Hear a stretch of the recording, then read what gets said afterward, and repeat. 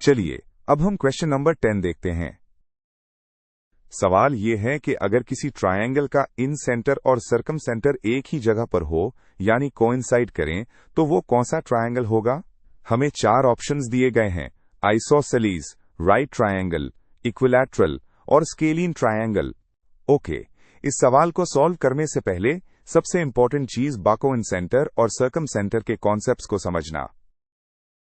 Step 1 में हम इनकी डेफिनेशंस को दोबारा देखते हैं।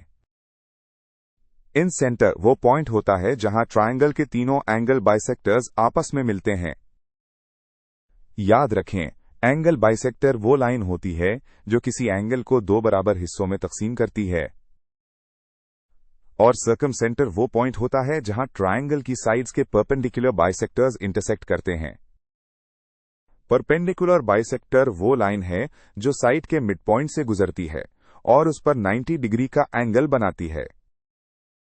सवाल में कहा गया है कि दोनों पॉइंट्स कोइंसाइड करते हैं, जिसका मतलब है कि वो ट्रायंगल में बिल्कुल एक ही नुक्ता पॉइंट हैं। स्टेप 2 में हम इस कंडीशन को एनालाइज करते हैं।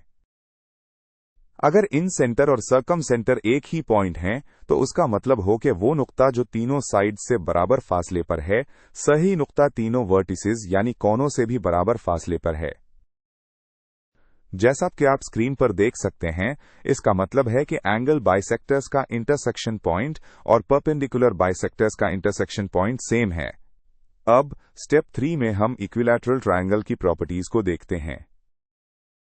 जैसा कि आप जानते हैं, इक्विलैटरल ट्रायंगल की तीनों साइड्स की लंबाई बराबर होती हो और तीनों एंगल्स भी बराबर होते हैं यानी 60 डिग्रीज।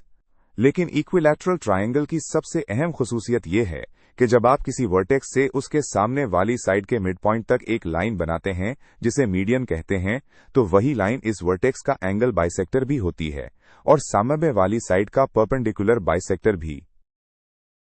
इसका मतलब 2 हुआ कि इक्विलैटरल ट्रायंगल में एंगल बाइसेक्टर्स और परपेंडिकुलर बाइसेक्टर्स अलग अलग लाइन्स नहीं हों, बल्कि वो बिल्कुल सेम लाइन्स होती हैं।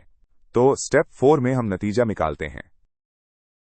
क्योंकि इक्विलैटरल ट्रायंगल में एंगल बाइसेक्टर्स और परपेंडिकुलर बाइसेक्टर्स एक ही सेट ऑफ लाइन्स हैं, तो उनका इंटरसेक्शन पॉइंट भी एक ही होगा, यानी इन सेंटर और सर्कम सेंटर बराबर होंगे।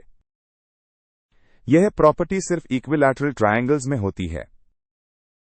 आइसोसेलीज, स्केलीन या राइट एंगल ट्रायंगल्स में ये दोनों सेंटर्स आमतौर पर अलग अलग पॉइंट्स होते हैं। लिहाजा हम इस नतीजे पर पहुंचते हैं कि वो वाहिद ट्रायंगल जहां इन सेंटर और सर्कम सेंटर कोइंसाइड करते हैं, वो इक्विलैटरल ट्रायंगल है। इसलिए हमारा सही जवाब ऑप्शन स है।